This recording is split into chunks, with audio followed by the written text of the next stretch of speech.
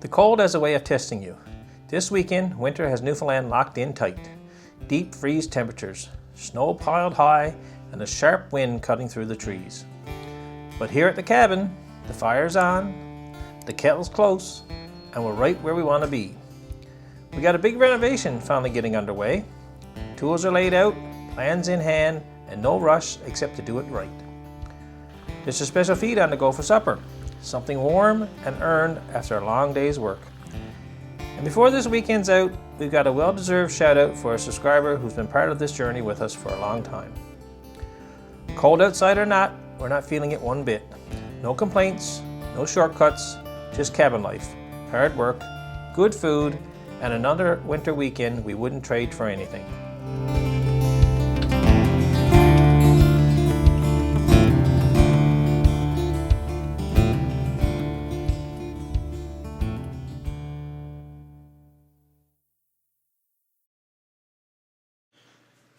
Hey folks, welcome back.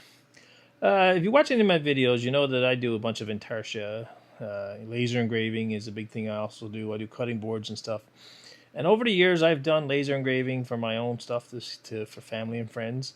I've also had some special requests along the way from people who wanted some particular heirloom laser engraved. And no problem, I've done that many times.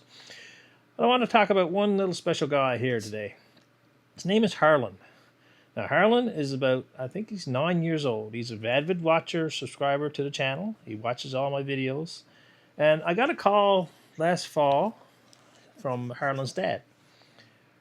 Harlan he likes the outdoors. I mean, I'll show you some pictures here now of him outside. And he's been out rabbit catching, and he likes going out with him and his dad, going out in the woods and stuff. But Harlan got a very special gift recently for Christmas. It was a tomahawk, an axe. And Harlan's dad contacted me for Christmas, and I wondered if I would laser engrave his name on the axe. And I said, sure, no problem. I had to see the axe, of course, because it depends on what type of wood it is and the size of it fits in my machine and stuff. And everything worked out. Got the axe from his dad. I did the laser engraving, and I'll show you some pictures of that here. And that was all there was to it. That was last fall. It only took a day or so to do it, get it set up and get it done. And from what I understand, Harlan loves the axe. And I got, again, some pictures of him here using it. He's cutting some splits. Yeah, I think there's a picture here of Christmas morning when he actually got the axe. And according to talking to his dad, he's very excited about it, and he's very happy to have that axe with his name on it. And I think and on the other side of the axe, I engraved Grandpa Paul. Love Grandpa Paul. That was it on the other side of the axe. So yeah, Harlan, I hope you enjoyed the axe, buddy. I'm sure it'll get a lot of use. It's a very nice axe, I got to say. It's very sharp. And thanks to you, my friend, and your dad. And I hope you enjoy many, many years with using that axe. And I'm glad you enjoyed the laser engraving. Get your name on it. And no problem, my friend, to do it again. If there's anything else you need your name on it, you just let me know. And if it fits in my machine, we can do that. All right. So a big shout out to Harlan, guys. And Harlan, I got something special coming to your way. And I'll get that. I won't tell you what it is, but something special is coming your way soon.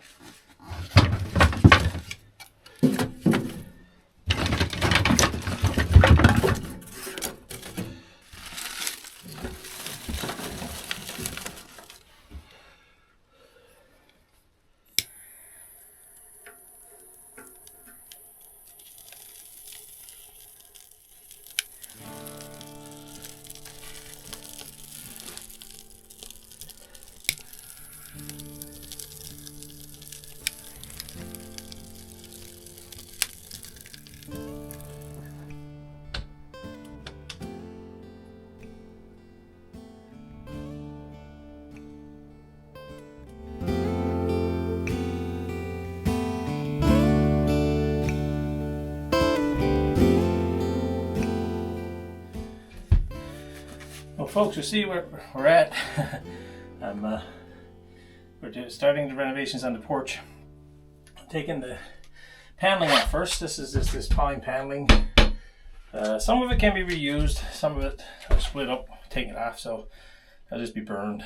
But might keep some of it for reuse or something. Anyway, yeah. So The plan is to take all this aspenite off and replace it with gyprock, but the rest of the cabin is gyprock, paint and plaster and everything else. But first thing, I gotta get everything taken apart, and I'll continue to do that now for the rest of the day here. Anyway, I'll keep at it.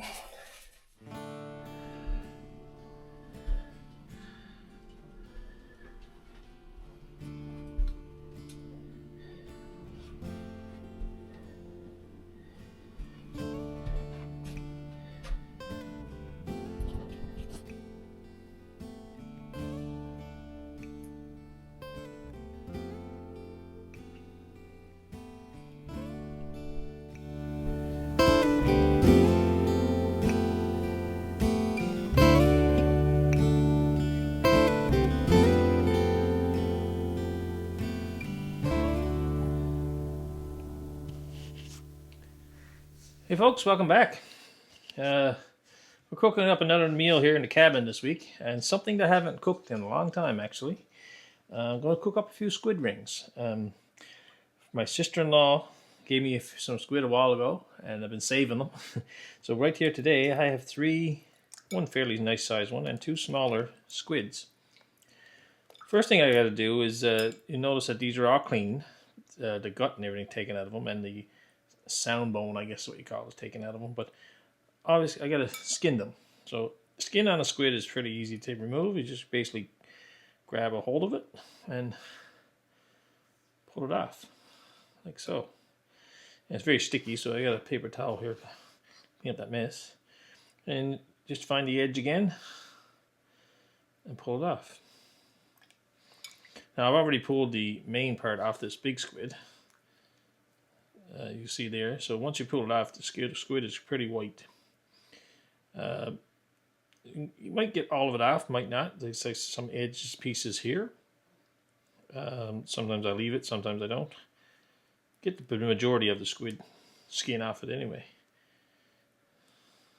So yeah, just leave that one. So I'll just show you one now that hasn't been touched yet. So you see squid, kind of dark, black, brownish color. And you just grab the skin and it comes off very easily. Like so. See? Not very great looking, but and then on the back of the fins, I guess. That's fins on a squid, I don't know. Whatever these are called. I'm sure somebody knows what they're called, but I don't know what they're called right now. Let's call them fins for starters. If that's incorrect, please let me know. I know I can Google it, but for now, I'm going to call them fins.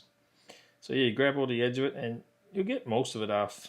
And I can take a knife afterwards and cut off those edges, no problem. Like I said, I only got 3 here today, and here's another one. So again, starts off with pretty black. And you just need a spot to start. Grab all the edge of it here. Like so. Once you get started, comes off pretty easy. Like so. Anyway, I'm going to get these cleaned up. Now, a lot of people stuff squid, bake them in the oven. I'm actually going to take these today, cut them up into rings, and put them in a bit of batter and deep fry them for supper. So, Jeanette doesn't like squid, so these are just for me. I'll be cooking these up later as a little treat for supper. So yeah. There you go. So that's a fairly big squid, like so. And I'll cut it up in rings, and I'll show you that when we get down to that process. But right now, I get them finished cleaning them up here, and we'll get them cut up. So I'll bring you back when we get to that point, guys.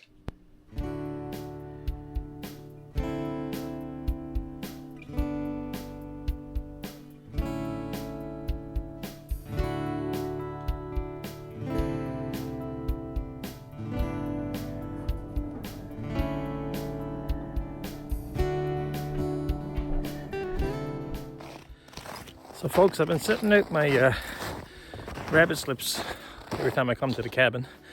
Haven't had any luck, so that's why you haven't seen any video footage of it. But it's been a couple of good nights, really frosty. We're in the middle of a cold snap here in Newfoundland. So I'm gonna check out slips again this morning. Bring you along. Folks, I'm back at the pound, and you see right there, snare is busted off, and there's rabbit fur on the snare, but he's gone. He obviously got away. I'll have a quick look around here now. Nothing else touched in the pound, I don't think. Well, never came back here. And this one over here, nothing touched. All right. Oh, well. Yep. Busted off the snare. Look at that. So he's gone off with a snare on his neck, and he'll probably die. Brass wire, guys. He got a kink in it there, and it's busted off. Well, that's too bad. Let's have a look around now, see if I see him. Well, folks, I had a quick look around, a long look around actually. I went on through the trails there, following rabbit tracks, see if I see anything, but no, he's gone off with snare on his neck. That's too bad. Another one wasted. Brass wire, guys, not a fan of it for sure. Anyway, the pound worked, but we'll try again another weekend. Hopefully we'll manage to keep one. Anyway, folks, that's a quick rabbit update, snaring update. Hey folks, welcome back. Taking a little break from the porch. We started tearing apart out there and exposing the walls and that, and see what we're at and make plans for what changes we're gonna make out there. So right now we're gonna cook up a little bit of supper. And I mentioned earlier, and you saw me earlier cleaning the squid, skinning the squid. I got the squid here now, dried off in paper towel. Still a little bit of skin left on the wings, I guess we'll call them. I'm not too worried about that. Eaten it before, it's not going to hurt anybody. Let's pick it off here now, but I'm going to cut these up into rings. So take them like so. I guess about what, a 1/4 inch ring we're looking for. 1/4 inch, 3/4 inch.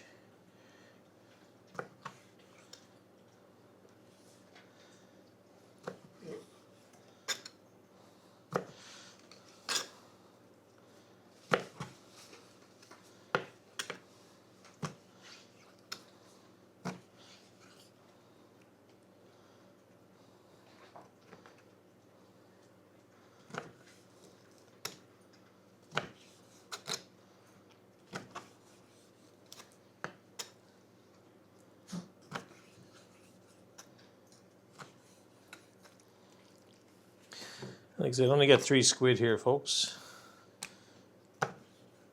One decent sized one and 2 tiny ones. Let's cut these up. So it's only me, I like them. Actually, Jeanette can't eat them. She's allergic to them. So more for me.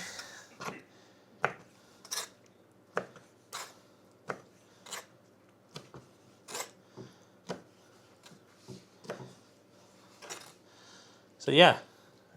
We'll get those done up there now.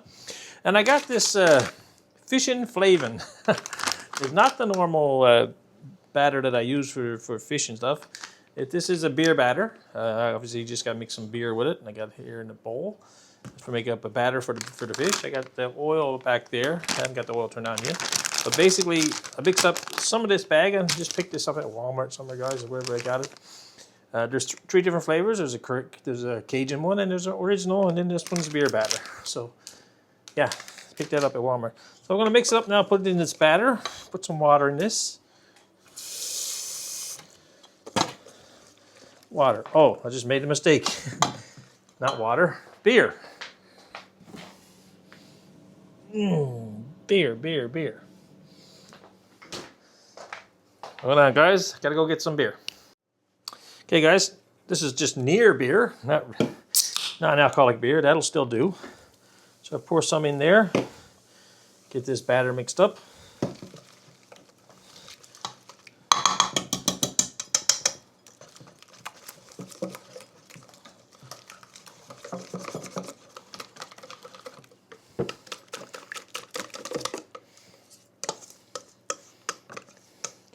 You can see that there, guys.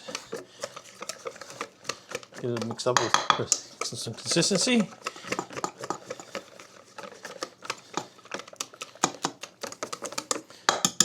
And I'll put the squid in like that. Heat up my oil. And then we're going to go start cooking it in the oil. All right, guys. Bring you back when it get cooking. Okay, folks, our oil is getting up to temperature, 300 degrees, 305, 36. Yeah, that's, I think it's supposed to get to 350, but that's good for me.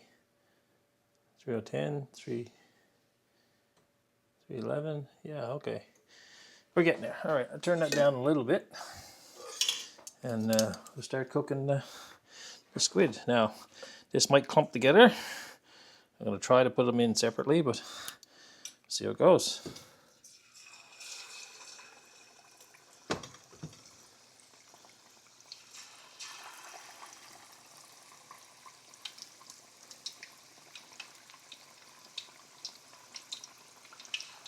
And squid don't need very long to cook, guys. That's the problem with most people overcook squid. Cooks too long, makes them tough.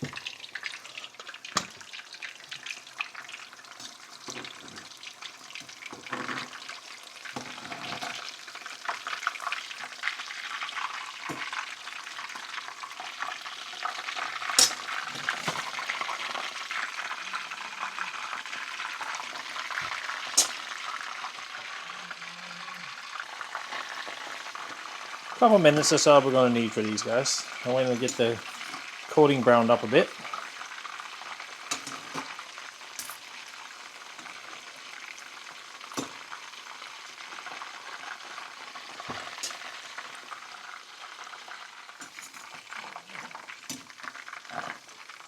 That's about long enough, guys.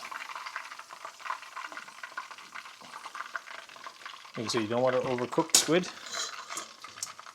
Try some more, see what we got.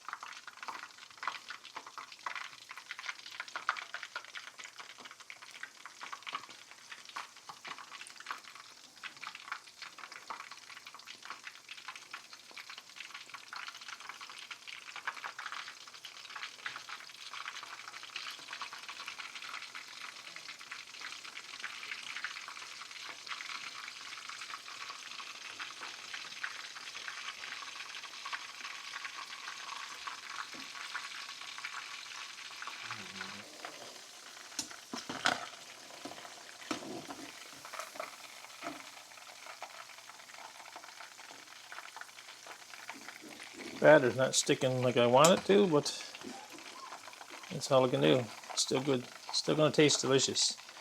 And of course, I'm going to give a little sprinkle of poppy rays. Flavor it up. Alright guys, let me get this rest of these cooked up. And we'll bring it back. We'll have supper. Okay folks, got the squid rings cooked up, or squid lumps, what do you want to call them. They're all there. Got some poppy rays on them, of course. Sprinkle over, let's give them a try. Let's see now. Let's put them out there on the plate. The batter didn't work out as well as I wanted it. I should have went with our old fish batter, our homemade fish batter, but something I try. I don't know if I'll try it again. It didn't stick very well, so that's okay. We're still going to eat the squid, so looks delicious, I gotta say. Now let's try one. Oh, yep, and not tough at all. But 2 or 3 minutes is all we had it in the oil for, guys. Oh yeah, and I always like this on fish stuff, squid. Seafood sauce. Put that in there. Let's try it.